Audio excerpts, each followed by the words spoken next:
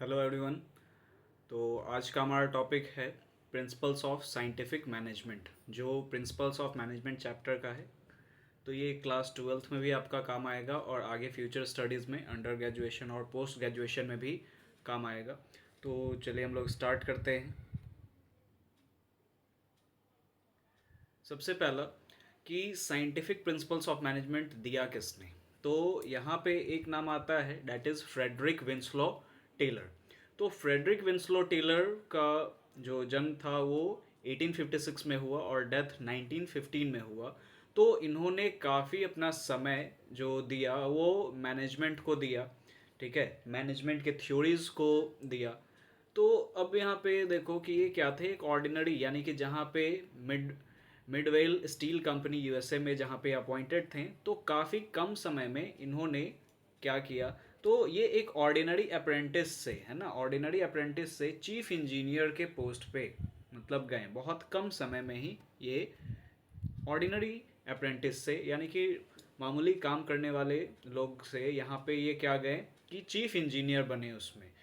बस अप्रेंटिस यानी कि वहाँ पे ट्रेनी के तौर पे हो गए थे और वहाँ पे चीफ इंजीनियर वो बने। तो क्या किया इन्होंने ऐसा, तो यहाँ पे हम लोग देखते हैं कि चलो थोड़ा इनके बारे में पढ़ते हैं, समझते हैं कि Taylor conducted number of experiments and came to conclusion that workers were producing much less than the targeted standard task. तो जिस ऑर्गेनाइजेशन में इन्होंने ज्वाइन किया था तो उन्होंने ऑब्जर्व किया कि वहाँ पे जो वर्कर्स काम कर रहे हैं तो वो बहुत ही कम प्रोड्यूस कर पा रहे हैं, कम प्रोड्यूस कर रहे हैं जितना उन्हें प्रोड्यूस करना चाहिए। जितना स्टैंडर्ड है, टारगेट स्टैंडर्ड था, उतना वो लोग प्रोड्यूस नहीं कर पा रहे थे। अब इसका रीज़न क्या था, तो also both the parties management and workers. तो यहाँ पे दो बातों का, यहाँ पे दो पार्टीज का बात किया गया। एक तो किसका, तो मैनेजमेंट, और दूसरा वर्कर्स के बारे में यहाँ पे बात किया गया, मैनेजमेंट एंड वर्कर्स। तो मैनेजमेंट और वर्कर्स दोनों एक दूसरे के प्रति हॉस्टाइल यानी कि यहाँ पे कोऑपरेशन का भावना नहीं था, दोनों एक दूसरे के लिए सपोर्टिव नहीं थे। अब ये प्रॉब्लम आया तो उन्होंने काफ़ी यानी कि टेलर ने, फ्रेडरिक विंसलॉ टेलर ने काफ़ी सजेशंस दिया ये प्रॉब्लम को सॉल्व करने के लिए, और साथ साथ ही उन्होंने यहीं पे साइंटिफिक मैनेजमेंट की थ्योरी को लेके आए। तो साइंटिफिक मैनेजमेंट का जो थ्योरी है, आखिर साइंटिफिक मैनेजमेंट कहते किसको हैं, तो इन्होंने कुछ ऐसे अप्रोच दिए जिसमें इन्होंने क्या कहा कि इन्होंने कहा कि साइंटिफिक अप्रोच का हमें यूज़ करना चाहिए मैनेजमेंट में। हमें किस चीज़ का यूज़ करना चाहिए, साइंटिफिक मैनेजमेंट का यूज़ करना चाहिए, ना कि हिट और ट्रायल मेथड को, ना कि हिट और ट्रायल मेथड को हमें यूज़ करना चाहिए। अब ये मतलब क्या है इसका निकला, साइंटिफिक अप्रोच का मतलब आखिर होता क्या है। तो साइंटिफिक अप्रोच का मतलब कि अब जैसे साइंस हमने पढ़ा, तो साइंस हम जब पढ़ रहे थे तो उसमें हमने देखा कि साइंस का मतलब क्या हो जाता है, theory of knowledge. It is a systematic body of knowledge which is based on cause and effect relationship. यानी उसी से रिलेटेड है, हमारा कॉज और इफेक्ट रिलेशनशिप से रिलेट करता है। तो यहाँ पे बात आ रहा है किस चीज़ का, कि हमें साइंटिफिक अप्रोच को अपनाना चाहिए। यानी साइंटिफिक अप्रोच का मतलब क्या, प्रॉपरली टेस्टेड मेथड को हमें अपनाना चाहिए। साइंटिफिक अप्रोच का मतलब जो कॉज एंड इफेक्ट पे बेस्ड हो, रैशनल थिंकिंग पे बेस्ड हो, ना कि हिट एंड ट्रायल मेथड। अब यहाँ पे बोला गया कि हिट एंड ट्रायल मेथड को यूज़ नहीं करना है। हिट एंड ट्रायल मेथड का मतलब तुक्का लगा के काम करना, या जिस तरीके से काम होते आया है उस तरीके से काम नहीं करना है। प्रॉपरली सिस्टमैटिक ढंग से हमें काम करना चाहिए, साइंटिफिक अप्रोच को अपनाना चाहिए काम को करने के दौरान। तो इन्होंने जो थ्योरीज मतलब इन्होंने जो थ्योरी दिया, तो इन सभी थ्योरी के वजह से, इनके कॉन्ट्रीब्यूशंस के वजह से इनको एक टाइटल दिया गया, that is father of scientific management, father of scientific management. तो अगर आपसे पूछा जाए who is known as father of scientific management, तो फ्रेडरिक विंसलॉ टेलर। काफ़ी और लोगों ने भी दिया, लेकिन इन्होंने सबसे पहले प्रोपाउंड किया इस थ्योरी को, इसीलिए इन्हें फादर ऑफ साइंटिफिक मैनेजमेंट कहा जाता है।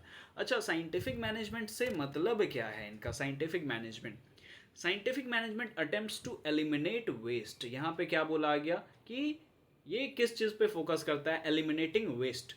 किस चीज़ के वेस्ट को, तो जो काम में एक्स्ट्रा हमारा अननेसेसरी वर्क हो रहे हैं, अनप्रोडक्टिव वर्क हो रहे हैं, तो उस वेस्टेज कामों को एलिमिनेट करना है। ठीक है, to ensure maximum production at minimum cost, ताकि हमारा क्या हो सके, ज़्यादा से ज़्यादा प्रोडक्शन हो सके कम से कम कॉस्ट में। ये फोकस किया जाता है साइंटिफिक मैनेजमेंट पे। तो ये अभी हम लोग देख रहे थे, इसमें हमने देखा कि टेलर के बारे में हमने कुछ पढ़ा और वो कितने कम समय में क्या किए, और वो साइंटिफिक अप्रोच दिए जिसके वजह से उन्हें टाइटल दिया गया फादर ऑफ साइंटिफिक मैनेजमेंट। तो इन्होंने कुछ थ्योरीज दिए, तो अब ये थ्योरीज के बारे में हम लोग पढ़ते हैं।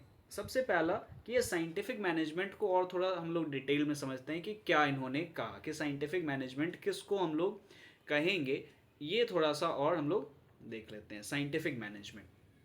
तो देखो डेफिनेशन दिया गया, डेफिनेशन में क्या है, तो डेफिनेशन में है scientific management means knowing exactly what you want men to do. अब यहाँ पे क्या है, मैन का मतलब यहाँ पे एम्प्लॉयज़ है, कि साइंटिफिक मैनेजमेंट का मतलब कि हमें एग्जैक्टली पता होना चाहिए कि हम क्या लोगों से काम करवाना चाहते हैं। व्हाट यहाँ पे क्या है कि means knowing exactly what you want men to do, कि हम जो जो भी एम्प्लॉयज़ है ऑर्गेनाइजेशन में उनसे काम क्या करवाना चाहते हैं, ये प्रॉपरली एग्जैक्टली हमें पता रहना चाहिए। ठीक है, और साथ साथ and seeing that they do it in the best and cheapest way, यहाँ पे क्या बोला गया, और ये भी साथ साथ देखना कि वो जो भी काम कर रहे हैं तो क्या वो बेस्ट तरीके से कर रहे हैं और चीपेस्ट वे में कर रहे हैं या फिर नहीं कर रहे हैं। तो साइंटिफिक मैनेजमेंट का मतलब एग्जैक्टली अगर F.W. टेलर ने जो डेफिनेशन दिया है उसका मतलब है क्या, कि साइंटिफिक मैनेजमेंट का मतलब कि हम यहाँ पे ये देखें कि हम क्या काम करवाना चाहते हैं लोगों से, और ये भी देखना है कि वो सही ढंग से काम को कर रहे हैं कि नहीं, बेस्ट और चीपेस्ट वे में काम को कर रहे हैं कि नहीं कर रहे हैं। नेक्स्ट आगे इसमें और हम लोग देखते हैं कि scientific management refers to use of scientific and standardised tools, methods, trained workers in all business activities in order to increase total production, यानी कि इस तरीके से हमें काम करना है, साइंटिफिक अप्रोच को अपनाना है, स्टैंडर्डाइज टूल को अपनाना है, ट्रेंड वर्कर्स को यहाँ पे हमें यूज़ करना है। ठीक है, ताकि हमारा ज़्यादा से ज़्यादा प्रोडक्शन हो सके कम से कम कॉस्ट में, और वेस्टेज भी रिड्यूस हो सके। तो it aims at best mix of 3M यानी कि 3M यहाँ पे क्या हो गया, 3M man material and machinery. तो 3M तीनों के का बेस्ट मिक्स हमें यहाँ पे चाहिए, कि मैन चाहिए है ना, मशीन चाहिए और मटेरियल, तीनों बेस्ट वे में हमारा क्या होना चाहिए, यूटिलाइज होना चाहिए, ताकि ऑप्टिमम रिजल्ट निकल के आ सके। ओके, अब आगे हम लोग देखते हैं इसमें और कॉन्सेप्ट, इनके प्रिंसिपल्स, यानी कि ये क्या क्या प्रिंसिपल दिए। तो 4 प्रिंसिपल F.W. टेलर ने दिया है। तो सबसे पहला जो प्रिंसिपल है that is science not rule of thumb. तो science not rule of thumb, इस प्रिंसिपल को पढ़ने से पहले, समझने से पहले हम ये एक कॉन्सेप्ट देखते हैं कि रूल ऑफ थंब आखिर क्या होगा। ठीक है, रूल ऑफ थंब किसको कहेंगे। तो देखो रूल ऑफ थंब का मतलब क्या हो जाता है कि अगर कोई भी काम जो किया जा रहा है, डिसीजन जो लिया जा रहा है, वो अगर पर्सनल जजमेंट पे लिया जाए, अगर कोई भी डिसीजन पर्सनल जजमेंट पे लिया जाए, ठीक है, पर्सनल जजमेंट का मतलब क्या हो गया कि हम अपने अंदाजे पे ले रहे हैं, इंट्यूशन बेसिस पे ले रहे हैं, अगर कोई डिसीजन अपने पर्सनल जजमेंट कि मुझे अच्छा लग रहा है, अब उसका कोई रीज़न वगैरह नहीं है, मुझे अच्छा लग रहा है, मुझे ऐसा लग रहा है तो मैं ये काम करूँगा, that is rule of thumb. Rule of thumb का मतलब हिट एंड ट्रायल मेथड या इंट्यूशन बेसिस पे, कि हमें अंदाज़ा है, हमें लग रहा है ऐसा, इसीलिए करना चाहिए, है ना, या अपने पर्सनल जजमेंट पे अगर हम कोई डिसीजन लेते हैं तो उस डिसीजन को कहा जाता है rule of thumb. Rule of thumb means यहाँ पे क्या हो गया कि rule of thumb means decisions taken by manager as per their personal judgement. तो उसके पर्सनल जजमेंट पे अगर कोई डिसीजन लिया जा रहा है मैनेजर के पर्सनल जजमेंट पे, देन उसको रूल ऑफ थंब कहेंगे। अब ये रूल ऑफ थंब यहाँ पे क्या बोला गया, science not rule of thumb, है ना, यहाँ पे क्या बोला गया, इस प्रिंसिपल में साइंस का इस्तेमाल करना है, रूल ऑफ थंब का नहीं करना है। यानी अभी तक जो हम डिसीजन लेते आ रहे थे, वो डिसीजन अगर हम इंट्यूशन बेसिस कि हमें ऐसा लग रहा है या ऐसा ही होता आ रहा है तो यही डिसीजन ले, ऐसा नहीं होना चाहिए। तो साइंस का इस्तेमाल करना है। टेलर के अकॉर्डिंगली क्या बोला गया कि according to Taylor even small production activity like loading iron sheet into box car can be scientifically planned. यानी कि टेलर के अकॉर्डिंगली छोटा से छोटा काम भी हो गया कि आयरन बॉक्स को अगर कार में यहाँ पे रखना है ना, आयरन सीट को अगर कार में रखना है, या कोई भी जैसे आयरन ब्लॉक्स को ही अगर हमें क्या करना है, आयरन ब्लॉक्स को ग्राउंड फ्लोर से अगर फर्स्ट फ्लोर या फोर्थ फ्लोर पे अगर पहुंचाना है, ये छोटा से छोटा काम भी पूरी तरह से साइंटिफिकली प्लान होना चाहिए. बहुत तरीका है ना, उसको हम साइंटिफिकली प्लान कैसे कर सकते हैं, कम एफर्ट लगे, हमारा ह्यूमन एनर्जी क्या हो, सेव हो, और प्रोडक्टिविटी भी ज़्यादा हो. तो इन सभी बातों का हमें ध्यान रखना पड़ेगा. तो इसीलिए बोला गया science not rule of thumb में क्या बोला गया, साइंस का इस्तेमाल करना है, रूल ऑफ थंब का नहीं. यानी कि रूल ऑफ थंब का मतलब क्या हो गया, इंट्यूशन बेसिस पे, अंदाज़ा पे काम नहीं करना है, साइंस का इस्तेमाल करना है. यानी कि हमें देखना है कि क्या कॉज है, क्या इफेक्ट इसका हो सकता है, रैशनली थिंकिंग करना है, ठीक है, साइंटिफिक टूल्स का इस्तेमाल करना है, और ये देखना है कैसे हमारा काम क्या हो सकता है, ह्यूमन एनर्जी सेव हो सकता है. यहाँ पे और एक बात बोला गया, the principle is concern with selecting the best way of performing job through the application of scientific analysis and not by intuition और हिट एंड ट्रायल मेथड. यहाँ पे क्या बोला गया, हिट एंड ट्रायल मेथड पे हमें नहीं जाना है, इंट्यूशन बेसिस यानी अंदाजे पे नहीं जाना है, हिट एंड ट्रायल बेसिस पे तुक्का लगा के काम नहीं करना है, बल्कि प्रॉपर साइंटिफिक एनालिसिस करना है, देखना है, रिसर्च करना है कि कैसे हम उस काम को क्या कर सकते हैं, अच्छे से कर सकते हैं, बेटर वे में कर सकते हैं.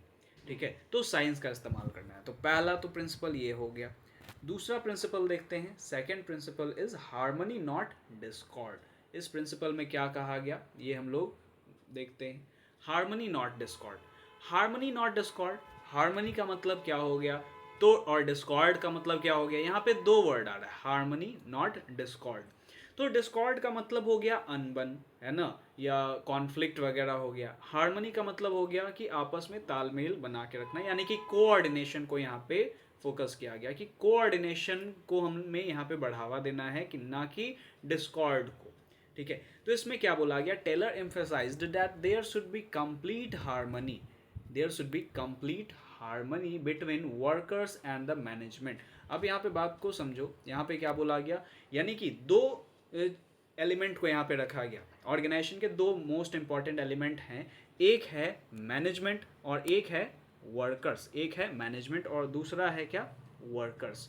तो मैनेजमेंट और वर्कर्स दोनों में कंप्लीट हार्मनी होना चाहिए. जो एक्चुअल वर्कर्स हैं और जो मैनेजमेंट है, दोनों में कंप्लीट हार्मनी होना चाहिए. Since if there is any conflict, अगर कोई कॉन्फ्लिक्ट आगे आता है दोनों में, तो ये दोनों के लिए बेनिफिशियल नहीं होगा. जैसे अगर कॉन्फ्लिक्ट आया तो वर्कर्स के लिए भी बेनिफिशियल नहीं होगा, हो सकता है वर्कर्स को जॉब से निकाल दिया जाए, या फिर हो सकता है कि उसको उस टाइम का एक्स्ट्रा बोनस रोक दिया जाए क्योंकि अच्छे ढंग से काम नहीं हुआ. दूसरा, अगर वर्कर सही से कोऑपरेट नहीं करेंगे तो फिर मैनेजमेंट में भी जो भी सर्टेन गोल्स रखा जा रहा है वो गोल्स अचीव नहीं हो पाएगा. तो दोनों में यहाँ पे क्या होना चाहिए, हार्मनी होना चाहिए, कोई भी कॉन्फ्लिक्ट नहीं आना चाहिए, कि अगर कॉन्फ्लिक्ट आएगा तो दोनों के लिए बेनिफिशियल नहीं होगा. तो इसके लिए क्या बोला गया कि both management and workers should realise the importance of each other. दोनों को एक दूसरे का इंपॉर्टेंस समझना चाहिए, मैनेजमेंट को भी और वर्कर्स को भी.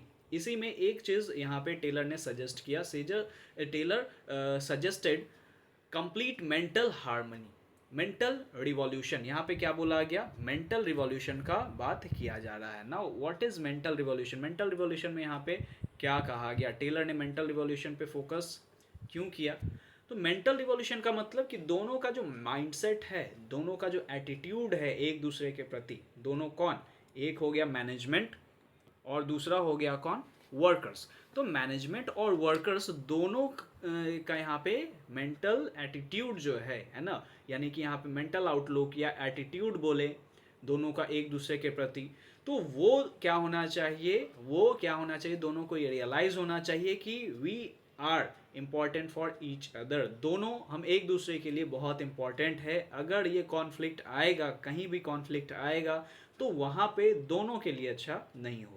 तो कंप्लीट मेंटल रिवॉल्यूशन का मतलब यहाँ पे क्या हो गया, मेंटल रिवॉल्यूशन का मतलब कि यहाँ पे मेंटल आउटलुक, सोचने में, यहाँ पे हमारे सोच में चेंजेस आना है, हमारे एटीट्यूड में चेंज लाना है, कि वर्कर्स और मैनेजमेंट दोनों एक दूसरे के प्रति यहाँ पे इम्पोर्टेंस को रियलाइज़ करें कि एक दूसरे के प्रति हम कितने इम्पॉर्टेंट हैं. अगर ये इंपॉर्टेंस नहीं होगा तो फिर क्या हो सकता है।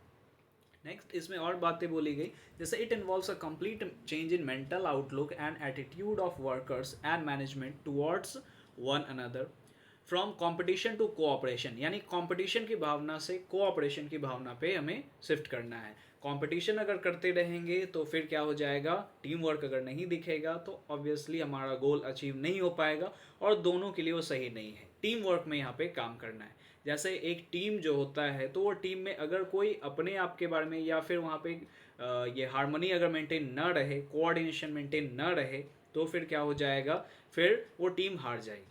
तो इसी तरह से ऑर्गेनाइजेशन में भी क्या होना चाहिए, ऑर्गेनाइजेशन में भी वर्कर्स और मैनेजमेंट दोनों में क्या होना चाहिए, यहाँ पे उनके मेंटल एटीट्यूड में चेंज आना चाहिए और रियलाइज़ होना चाहिए कि एक दूसरे के लिए हम कितने इंपॉर्टेंट हैं। और ये इस प्रिंसिपल का जो कोड है डैट इज़ हार्मनी होना चाहिए, डिस्कॉर्ड नहीं होना चाहिए। और इसमें बोला गया the management should create pleasant working condition and worker should work with devotion and loyalty. यहाँ पे क्या होना चाहिए, क्या बोला गया, the management should create pleasant working conditions and workers should work in devotion and loyalty. Management को अच्छा वर्किंग कंडीशन देना चाहिए वर्कर्स को, और वर्कर्स को क्या साथ में करना चाहिए कि वो पूरे डिवोशन के साथ, लॉयल्टी के साथ अपने ऑर्गेनाइजेशन को सर्व करें। Instead of fighting over distribution of profit, they must focus on attention on increasing it। कैसे हम आगे यहाँ पे देख सकते हैं कि प्रॉफिट का बंटवारा से के बजाय, कि उसके लिए लड़ने के बजाय ये फोकस करना चाहिए दोनों को कि कैसे प्रॉफिट और इंक्रीज किया जा सकता है ना। तो आप एक पिक्चर यहाँ पे आप देख रहे हो, इस पिक्चर में आप देखो क्या बोला, क्या है, क्या शो किया जा रहा है इस पिक्चर में। तो इस पिक्चर में शो किया जा रहा है कि एक मैनेजमेंट है, ये वर्कर है ना। तो जैसे आप देख सकते हो यहाँ पे कि प्रोडक्शन क्या हो रहा है, राइज हो रहा है ना। पीछे में एक चार्ट बना हुआ, उसमें लिखा हुआ है प्रोडक्शन राइज हो रहा है, ग्राफ के थ्रू पता चल रहा है। और ये जो मैनेजर है ये क्या कर रहा है, ये अपने वर्कर को बोनस दे रहा है ताकि ये क्या हो सके और मोटिवेट हो सके, और ये भी जता रहा है कि आपके वजह से, आपके काम के वजह से ये एक्स्ट्रा प्रोडक्शन बढ़ा है, प्रॉफिट ज़्यादा हुआ है, तो इसमें आपका भी हिस्सा है। तो दोनों अगर इस तरीके से काम करेंगे तो क्या हो जाएगा, ऑर्गेनाइजेशनल गोल तो अचीव होगा ही होगा, पर्सनल गोल भी अचीव होगा। तो ये था सेकंड प्रिंसिपल साइंटिफिक मैनेजमेंट का। अब हम लोग मूव करते हैं थर्ड प्रिंसिपल साइंटिफिक मैनेजमेंट का, that is cooperation not individualism. Cooperation not individualism. अब देखो ये है क्या, सबसे पहला कोऑपरेशन नॉट इंडिविजुअलिज्म जो है वो एक्सटेंशन है, किस चीज़ का एक्सटेंशन है, तो principle of harmony not Discord. अभी जो हमने प्रिंसिपल पढ़ा उसी का एक्सटेंशन है, उसी को और थोड़ा इसमें बढ़ाया गया। तो इसमें क्या बोला गया, it Lay's emphasis on mutual cooperation. Mutual cooperation को पे यहाँ पे जोर दिया जा रहा है। अब देखो म्यूचुअल कोऑपरेशन पे, यानी कि म्यूचुअल कोऑपरेशन का मतलब क्या हो गया, दोनों को एक दूसरे के साथ कोऑपरेट करना है। कौन दोनों, तो मैनेजमेंट और वर्कर्स। तो मैनेजमेंट और वर्कर्स दोनों को एक दूसरे के साथ कोऑपरेट करना है। Cooperation, mutual confidence, sense of goodwill should prevail among both manager as well as worker. तो दोनों के बीच में यहाँ पे कोऑपरेशन होना चाहिए, म्यूचुअल कॉन्फिडेंस होना चाहिए, विश्वास होना चाहिए एक दूसरे के प्रति, सेंस ऑफ गुडविल होना चाहिए, है ना, ये चीज़ें होनी चाहिए। अब देखो जैसे एक कॉन्सेप्ट है जापान का ही, जापान में क्या हो जाता है कि अगर वर्कर्स को कोई भी अपनी बात मनवानी होती है ना, तो वो स्ट्राइक पे नहीं जाते हैं, वो काम करते रहते हैं, यानी कि ऑर्गेनाइजेशन को हार्म नहीं करते हैं वो, यानी कि वो स्ट्राइक पे नहीं जाते हैं। स्ट्राइक पे जाने से क्या हो जाएगा कि वहाँ का काम रुक जाएगा। तो वो अगर अपने बातों को मनवाना होता है तो वो स्ट्राइक पे नहीं जाते हैं, बल्कि एक ब्लैक कलर का क्या होता है कि एक पट्टी हाथ में बांध लेते हैं, है ना, ब्लैक रिबन वो बांध लेते हैं अपने हाथ पे, और वो काम करते हैं और तेज़ी से काम करते हैं। तो उनका ये एक सिंबल होता है, एक जेस्चर होता है शो करने का मैनेजमेंट को कि हमारे बातों को आप सीरियसली लें, हमारे बातों को भी मानें, ठीक है। तो इस तरह से साइलेंट रिवोल्ट वो करते हैं, ठीक है। तो ये वहाँ का है। तो कोऑपरेशन है, इंडिविजुअलिज्म की भावना नहीं आनी चाहिए कि मैं ही सब कुछ हूँ, है ना, ना ये मैनेजमेंट में आना चाहिए ना वर्कर्स में आना चाहिए।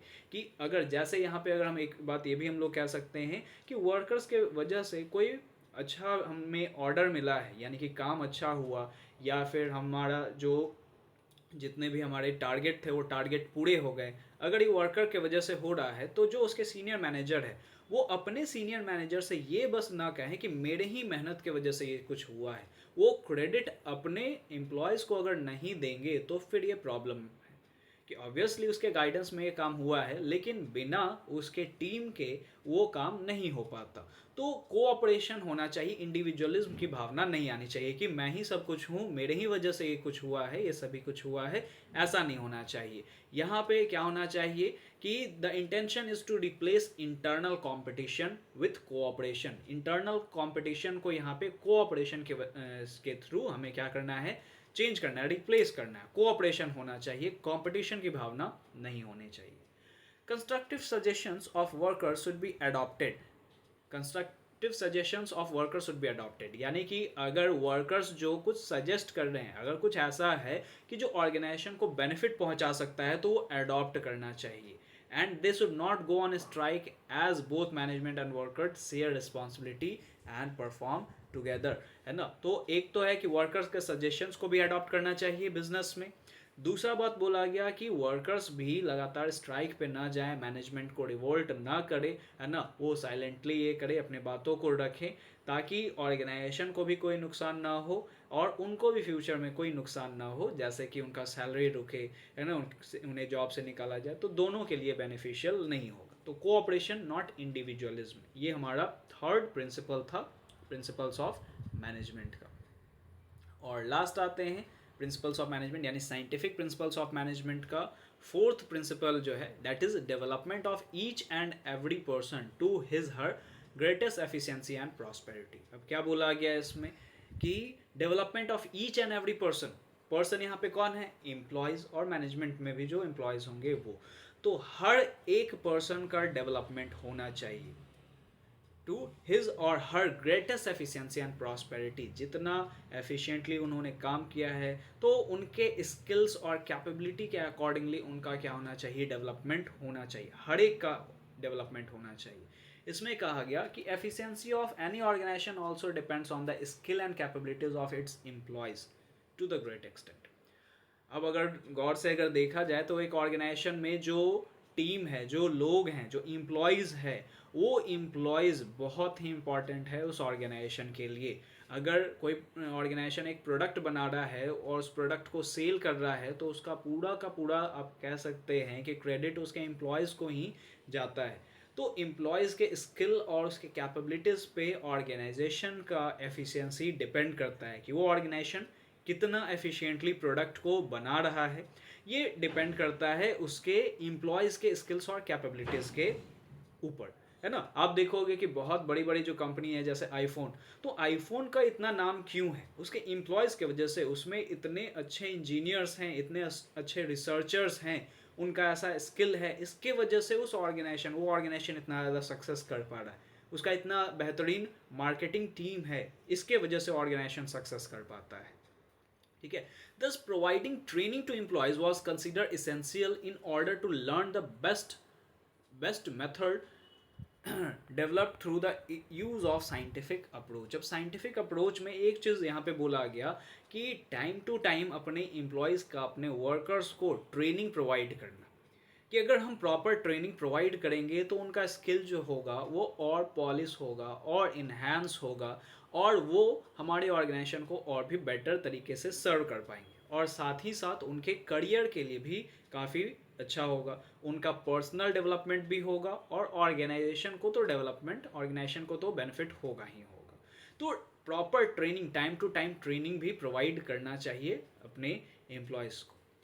The work assigned to each employee should suit his her physical, mental and intellectual capacity। अब यहाँ पे क्या बोला गया, ध्यान से देखो यहाँ पे क्या बोला गया कि the work assigned to each employee should suit, किस चीज़ को सूट करना चाहिए, कि उसके फिजिकल कैपेबिलिटीज़, कि उसमें फिजिकल क्षमता है या नहीं है, कि वो उस काम को कर सकता है या फिर नहीं कर सकता है। मेंटल कैपेसिटी है कि उस काम को कर पाएगा कि नहीं कर पाएगा, सोच सकता है ना, वो उतना प्रेशर ले सकता है या नहीं ले सकता है, उसका सोच किस तरह से है, इंटेलेक्चुअल उसका कैपेसिटी क्या है, ठीक है, उसका सोच है कि नहीं है। अगर हम ऑर्गेनाइजेशन में एम्प्लॉयज़ को बोल रहे हैं कि इनोवेशन के तरफ काम करना, अगर वो पर्सन इनोवेशन को अगर अच्छा मानता ही नहीं है, या इनोवेशन के लिए वो उतना ज़्यादा क्यूरियस नहीं है, देन उसमें वो इंटेलेक्चुअल कैपेसिटी नहीं है जो चेंज लेके आ पाए हमारे सोसाइटी में या उस बिज़नेस एरा में ये या उस बिज़नेस लाइन में वो कुछ चेंज लेके आ पाए। तो तीनों बातों को ध्यान रखना है कि वर्क इसी तरीके से असाइन करना चाहिए जो उसके physical, mental and intellectual capabilities को सूट करे। ठीक है, यानी कि उसका जो कैपेसिटी है और उसको जो वर्क असाइन किया गया है दोनों मैच होना चाहिए, अदरवाइज स्पेशलाइजेशन नहीं आ पाएगा। तो स्पेशलाइजेशन होने के लिए हमें क्या होना चाहिए कि जो जिस काम में परफेक्ट है, जो जिस काम में इंटरेस्टेड है, सूटेबल है, कैपेबिलिटी है, उसको वही काम उसे सौंपना चाहिए। तो ये अभी हमने 4 प्रिंसिपल पढ़ा, प्रिंसिपल्स ऑफ साइंटिफिक मैनेजमेंट, जो किसके द्वारा दिया गया, वो दिया गया फ्रेडरिक विंसलॉ टेलर के द्वारा। तो आपको याद करने में यहाँ पे कि आप ध्यान में रखो कि टेलर ने क्या किया, 4 प्रिंसिपल दिया है, 4 साइंटिफिक प्रिंसिपल दिया है। T4 से आप यहाँ पे ध्यान में रख सकते हो कि T4 टेलर ने 4 प्रिंसिपल्स दिया है, दैट इज साइंटिफिक मैनेजमेंट। तो एक बार थोड़ा रिकैप कर लेते हैं क्या क्या था। तो क्या क्या था, सबसे पहला आपने देखा कि science not rule of thumb. Science not rule of thumb यानी साइंस का इस्तेमाल करना है, रूल ऑफ थंब नहीं लगाना है। हिट एंड ट्रायल मेथड पे नहीं हमें काम करना है, इंट्यूशन बेसिस पे नहीं करना है, साइंस का अप्रोच, साइंटिफिक एनालिसिस का मदद लेना है। दूसरा था हार्मनी नॉट डिस्कॉर्ड, की ऑर्गेनाइजेशन में हमें हार्मनी मेंटेन करना है वर्कर्स और मैनेजमेंट के बीच में, दोनों को एक दूसरे का इंपॉर्टेंस रियलाइज़ होना चाहिए, पता होना चाहिए। और वो कैसे हो सकता है, कंप्लीट मेंटल रिवॉल्यूशन से हो सकता है। फिर तीसरा था कोऑपरेशन नॉट इंडिविजुअलिज्म, जो एक्सटेंशन था किसका, हार्मनी नॉट डिस्कॉर्ड का ही था, उसमें म्यूचुअल कोऑपरेशन के बारे में बात किया गया। फिर उसके बाद लास्ट हमने अभी देखा development of each and every person to his her greatest efficiency and prosperity. तो इसी के साथ आपका 4 साइंटिफिक प्रिंसिपल्स ऑफ मैनेजमेंट जो है वो खत्म हुआ। Okay, thanks for watching. Next आगे हम लोग नेक्स्ट क्लासेस में पढ़ेंगे।